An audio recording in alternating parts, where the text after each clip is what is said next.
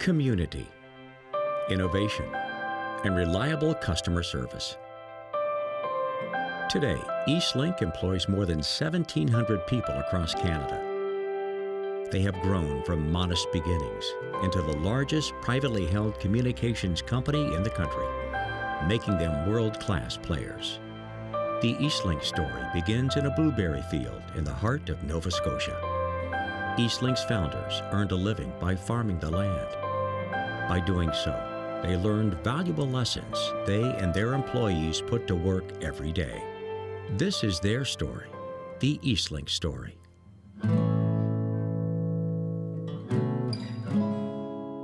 The land around Collingwood, Nova Scotia is great for growing blueberries. John Bragg, the founder of Eastlink and Oxford Frozen Foods, created opportunity from the healthy harvest, which allowed him to sketch a blueprint for 2 thriving businesses. I remember long before I was in the blueberry business, maybe 8 or 9 or 10 years old, actually going in the hills behind the village, in fact just behind where my house is today, and picking berries and taking them home for my mother to bake a blueberry dessert. And there were always some sort of native blueberry picking in the area before there was an industry here, actually. Moving from the fields of Collingwood to the halls of Mount Allison University, John completed his degree and returned to his hometown, determined to make a name for himself. My father and brother had a business base, had a great reputation in the area, and I was able to build on that. 28 years of age, borrowed money and built a frozen food plant. 2 years after that, got the first cable license, and that was the foundation. In time, 2 successful businesses emerged. The first, Oxford Frozen Foods, grew to be a global leader in frozen food processing. The second, Eastlink, led a period of rapid change in the communications business. We were really struggling in the cable business, and we were losing money. And I got my father and brother together and said, look, I really want you to understand the jam I'm in here. So I have an option to wait it out and try and get this turned around, and these are the things I can do. Or we could bail out and sell the business, take our losses and run. And his advice was very interesting. He said, look, we've invested a lot of money in your education here. Why would we throw it away? And so that was a pretty good piece of advice. That commitment to the long term has been passed down to John's son, Lee Bragg, now CEO of Eastlink, who was introduced to the family business at a young age. I started spraying weeds and clearing the edges of the brush away from blueberry fields as a kid. So when I look around some of these places, I can remember when I was a kid, one guy running a chainsaw and a bunch of kids like me hauling the brush away to make the field bigger, to encourage the blueberries to grow in further and further. It helped with a sense of history of the family, and from ancestors years and years ago, generations ago, coming to this area and settling, and first being in the lumber business, and then my father transitioning that to the blueberry business. Before it was even called Eastlink, we had sort of made a decision to get more family involved in the communication business. So I moved from my job of being a plant manager at one of our food factories to a small cable office in Amherst, answering phones and processing bill payments. It's a great learning experience on how to learn the business from the ground up. Starting out as Bragg Communications, they used good old-fashioned ingenuity to bring cable TV to the people of Amherst, Nova Scotia. Really, when cable television, the licenses were first handed out, it was really designed to pick up the existing over-the-air signals, CBC and CTV, and help get them delivered to areas that were in a valley or somewhere where somebody couldn't pick it up with a regular antenna. Then eventually we realized, well, we could bring in U.S. programming services, ABC, NBC, CBS, PBS were the sort of the big four at the time, but we didn't really have any way to get access to that content. So I say in the early days, we used to pick it up over the air, close to Bangor or in Calais and St. Stephen, and then put the tapes on buses and ship the tapes up and replay them and hope there wasn't a snowstorm that held the buses up, and then you had to replay the same shows over again. And it's a fight to the finish over money on All in the Family. And Mel's Thanksgiving runs afoul of the law on Alice. Sound advice and the family's determination to stick with the cable business would eventually pay off. Soon, there were opportunities to grow. Eventually, people who received the license decided they want to sell it, and we started buying our neighbors. When we bought Shaw's Nova Scotia assets, we said we have to come up with a name. And they did some work. I have to tell you, Eastlink wasn't my favorite name, but it's like everything else. You have to choose one, and then away you go. After the first week, it just gets to be the name. It was a time of growth and change for Eastlink, with technology opening new doors. Technology such as fiber optic cables. I think early on, when fiber was first coming out, in some way I got to be convinced that if we built fiber between the towns, or if we built fiber within the city of Halifax, we couldn't go wrong. And so we started hooking towns together. We started employing fiber deeper into the office towers. And the fact that we were employing millions of dollars into fiber, so that when internet came along and when we wanted to do telephone, I think just gave us a leg up. That was innovative. Eastlink's venture into new territory changed the way people think of cable companies. What seemed a bold decision to some was a well-planned move, supported by sound business sense and honed by years of experience. We were the first company in Canada to do telephone over a cable network. And that was kind of brave. It was a big decision for us to enter into the local telephone market. You know, the technology was there. You could move voice around on a cable network. And for a guy like me who's really a blueberry farmer, I thought, well, sure, that seems to make sense. It turned out that technology part wasn't that hard. It was all the work and effort to go through sort of changing the mindset of the organization and convincing ourselves that we could actually accomplish this. We can be as reliable and as good and compete with a telco who's been here for 100 years. So we went about hiring people, a lot of them from the telco, built the team, and then very quickly had the business case approved. Sometimes it's good when you don't know too much. We just said, yes, that makes sense. We're going to be in the telephone business. Bought the switch in the fall of 1998, and then launched service to the customers in August. So less than a year, we made this decision to, bang, we're going to go from a cable company to a telephone company. It sounds the same. Same available calling features. Everybody assumed, including the investment bankers, that our quality would not be as good as the telephone company. The telephone company would talk about 4 nines, 99.99% reliable. We said, well, if that's their motto, that's ours. In less than a year, Eastlink and its employees reshaped the industry. They were the first in Canada to put a home phone service on a cable network.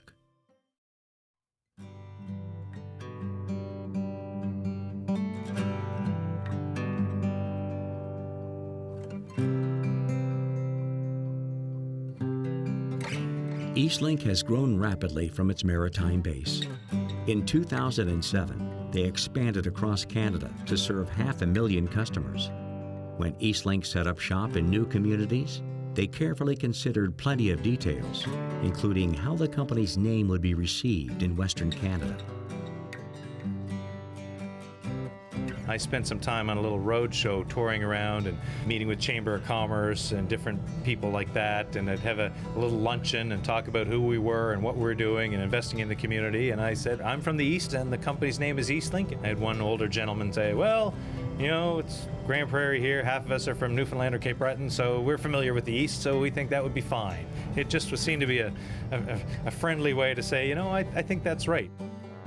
Really, the name of your business, your brand, it's built on the relationships you build with the customers.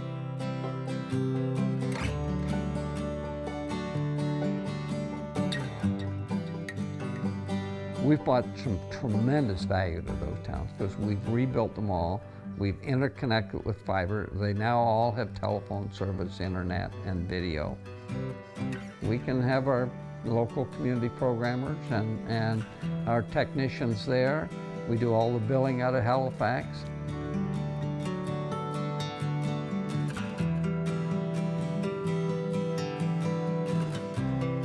It's really exciting to know that we're still expanding our products and services across the country to communities like Bay Roberts and Marystown, Newfoundland, Timmins in Northern Ontario, Grand Prairie, Alberta, and Delta, BC.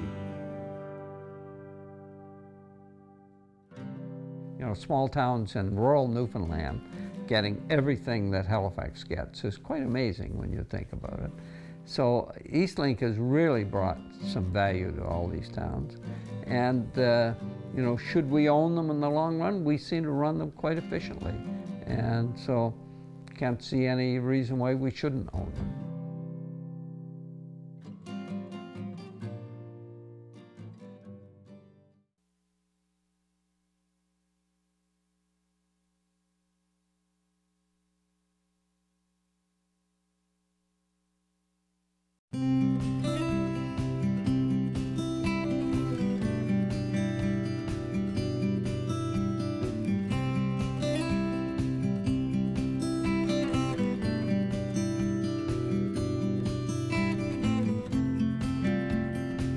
There is no doubt as to why Eastlink has become the competitive company it is today.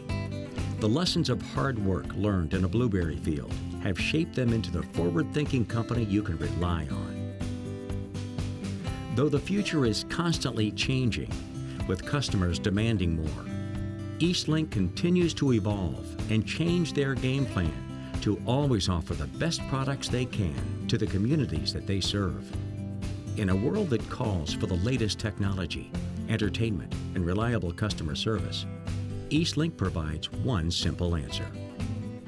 Lots of people think about innovation as sort of introducing new technology, but you know, we think about innovation around here as just how do we do things differently? How do we do it better? How are we more efficient? How do we get better customer outcomes, better customer solutions? And let's always think about innovating. I don't think innovation ever stops. I think you just keep innovating, keep investing. I don't quite know where the next move is, but you know, every day we're doing something innovative. People who invent new ways or find new ways of doing it, even if there's no technology involved, just eliminating a step. These things make it fun to go to work. Eastlink's proven entrepreneurial spirit keeps the team focused on what matters most: good customer service at the front and the best quality products they can provide. An innovative mindset that inspires the company to expand into more markets across Canada.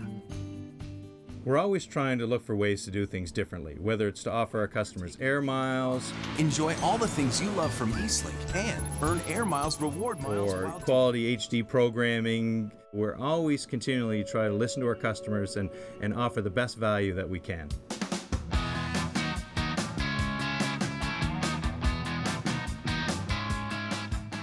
Eastlink gives its customers the choice of some of the best channels on television on one of the fastest networks in Canada.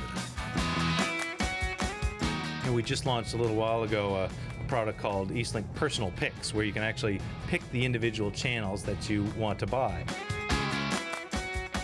We've got a handful of channels that are available now, and we continue to work on some of the relationships we have with the content providers to allow us to open that up and to really give customers more flexibility. So we need to be able to tailor ourselves and deliver that content in the way the customers want it.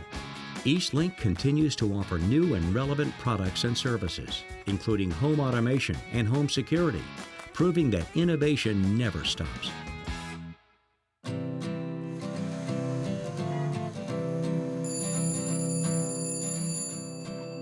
Hello.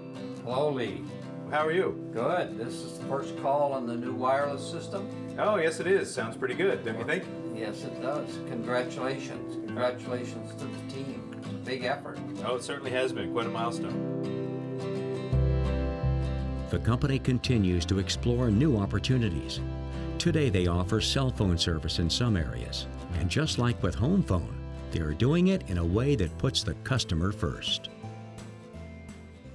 Most other cell companies lock you down with restrictive contracts and complex plans. We're developing our wireless business right now. Well, if you try to put the model on paper, it doesn't work very well. But we know there's a future to wireless, and if we're going to be in the communication business, we have to be in wireless. It's a little bit like when we did landline telephone. We weren't in a hurry to make a mess of it. So we did it very gradually and slowly. So it's early days, but I'm optimistic we'll have a very competitive offering before long. In fact, it's competitive now where we're offering. Every town has events that generate pride and that deserve first-class coverage. Eastlink and its camera crews are proud to offer this by getting involved everywhere they operate. One way they do this is through Eastlink TV. When we first got our cable license, the original intention was to prove to people that we could provide great quality local entertainment.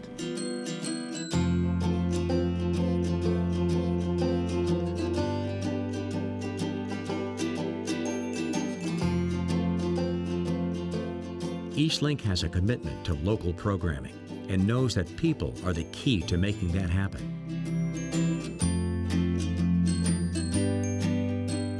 In each community, Eastlink employees work side by side with volunteers.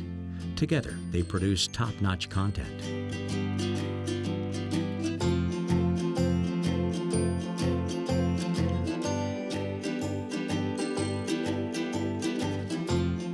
When we're covering local sports or we're running telethons or local bingos or other fundraising activities, all that effort, all the funds raised go back to support those local communities and those local community events.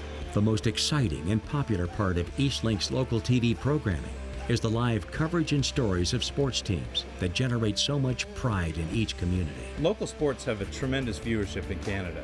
Whether it's local hockey, college basketball, football, there's nothing I love better than going to a football game that we're covering and seeing how well the fans are invested in it and how great it is for our customers. 7 to gold, 6, 5, 4, 3 to gold, 2, 1, roll gold. The following is a live presentation of Eastlink TV Sports.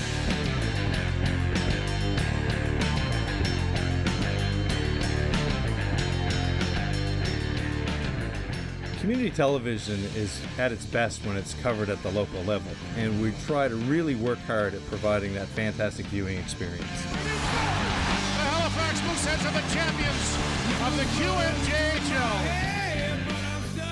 We really try to pay attention to the details. You know, we try to get the best people, the best gear, and cover the best programming we can, and try to expand that footprint into our local communities.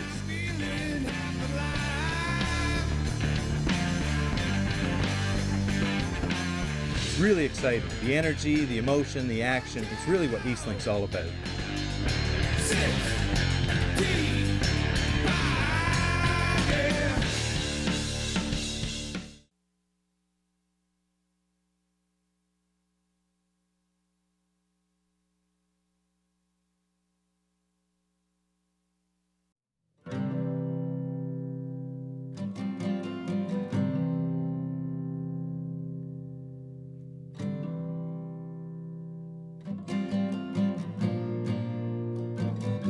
At Eastlink, they recognize the importance of hometown pride, and they see it in every community they serve.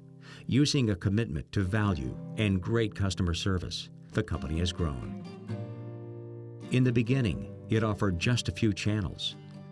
Now it continues to build on an advanced broadband network from coast to coast, connecting large city centers and quiet little towns to the rest of the world. We have great discussions, for instance, should you have a gold or a platinum customer? And we go around the table and we say, well, why don't we treat everybody like a platinum customer? Why do we give some great service and some poor service? That doesn't make sense.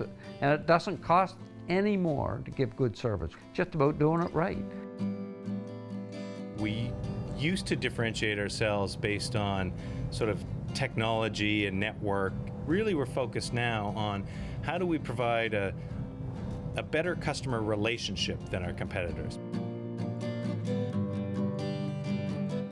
Along the road to success, the Eastlink team has grown together. They continue to look for opportunities to innovate and never forget who is important: the customers. It was more hard work than use of technology, and to learn the customer interactions. You dealt face-to-face with customers in a lot of these small communities. It's been a great experience for us into developing a stronger relationship and understanding who our customers are, and be that service provider of choice that's comfortable to deal with. Building the tremendous team we have would be something that you would have to be proud of. Trying to do it all myself, to having just a tremendous, capable team of people who are all so much more capable and talented and dedicated, is really something to be proud of. To John, Collingwood, Nova Scotia will always be home. His family has lived here for 7 generations. With such strong family roots, rural life is truly his past, present, and future. Quite a move to come back to a village of 300 people in those days when my friends were moving west or to Ontario or even Halifax. But I was committed and really decided that I would use a family base to grow a business.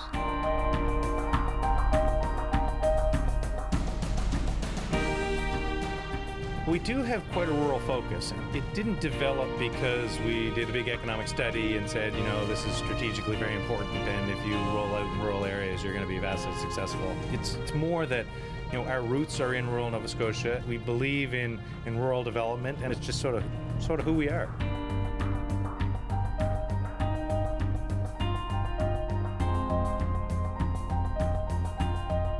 There's some real advantage to having a family business or a private business where you can look forward and look at what the opportunities might be 10 or 20 years out.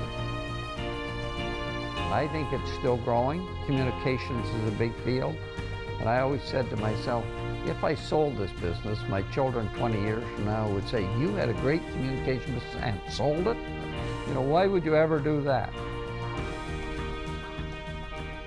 The communication business is quite new, and it's wires and gear and people and backroom processes and technology. It's not big factories and fields and tractors and trucks. You don't see as much of it, so it's harder to measure that commitment. When you see a great big factory with 500 people working in it, that's a commitment. I mean, that's, you don't just build something like that lightly. And you see all this land and everything that we've done to it and how we manage it, that's a huge commitment. Well, we have the same commitment to our communication business as well. It's harder to see.